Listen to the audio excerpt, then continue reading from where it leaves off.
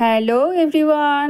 এই গরম হোক কিংবা ধরো যেদিন খুব গরুর পাক খাওয়া হয়ে গেছে, বিশেষ করে রবিবার আমাদের তো একটু খাওয়া বিভিন্ন রকমের রিচ খাওয়া হয়েই যায়, তো তার থেকে মুক্তি পেতে কোল্ড ড্রিঙ্কস না খেয়ে বাইরে থেকে এইভাবে শিকাঞ্জি বানিয়ে নাও। দেখো কত সহজে গ্যাস অম্বল থেকে মুক্তিও পাবে আর প্রাণও জুড়াবে ঠান্ডা ঠান্ডা। তো যাই হোক, দেখা তার জন্য একটা মশলা বানিয়ে নিচ্ছি। এখানে কিছুটা মৌরি, তোমরা যতটা বানাবে সেই অনুযায়ী নিও। আমি এখানে 1 চামচ জিরে, 1 চামচ মৌরি আর গোটা 10 গোলমরিচ। এটার জন্য ঝাল কিন্তু সেরকমভাবে হবে না। এইবার আমি এটাকে একটু শুকনো খোলায় ভেজে নিয়েছি। নিয়ে দেখো একটা হামালদিস্তের মধ্যে আমি এটাকে একটু ভালো করে গুঁড়িয়ে নেব। তবে হ্যাঁ, তোমাদের জন্য এই কথাটা বলি, আমার এটাতে অসুবিধাই হচ্ছিল, কারণ দেখতেই পাচ্ছ এটা বড্ড ছোট, ছিটকে চলে যাচ্ছে। এর থেকে বাপু যদি শিলনোড়ায় একটু গুঁড়িয়ে নিতাম আমার সময়টাও কম লাগতো। তোমরা সেটাই করো, আর যদি অনেকটা করো তো মিক্সিতে গুঁড়িয়ে রাখতেই পারো।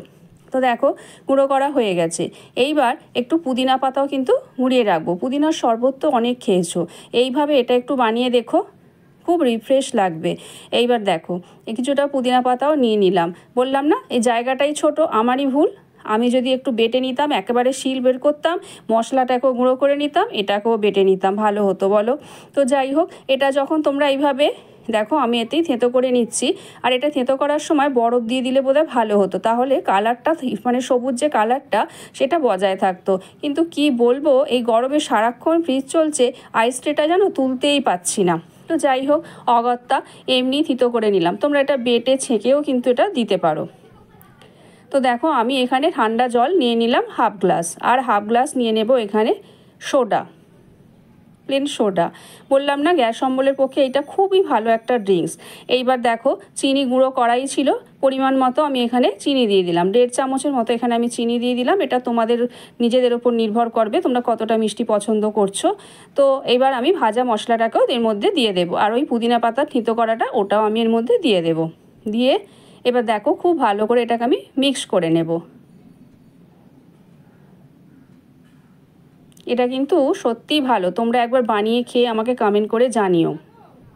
আর হ্যাঁ, কে কোথা থেকে ভিডিওটা দেখছো অবশ্যই কিন্তু জানাবে, আমারও ভালো লাগবে আমার বন্ধুরা কে কোথা থেকে দেখছে। এইবার আরও এটার স্বাদ বাড়িয়ে দেওয়ার জন্য আমি এর মধ্যে দিয়ে দেব বেশ কিছুটা, দেখছো তো এগুলো ছোট প্যাকেট, তো হাফ প্যাকেটের মতো আমি এখানে জলজিরা দিয়ে দেবো। তোমরা এখানে একটু বিট লবণও দিতে পারো, আমি অবশ্য দিইনি। এইবার দেখো খুব ভালো করে এটাকে আমি কিন্তু মিক্স করে নিচ্ছি। এখানে তোমরা বরফের টুকরো দিয়ে কিন্তু সার্ভ করবে।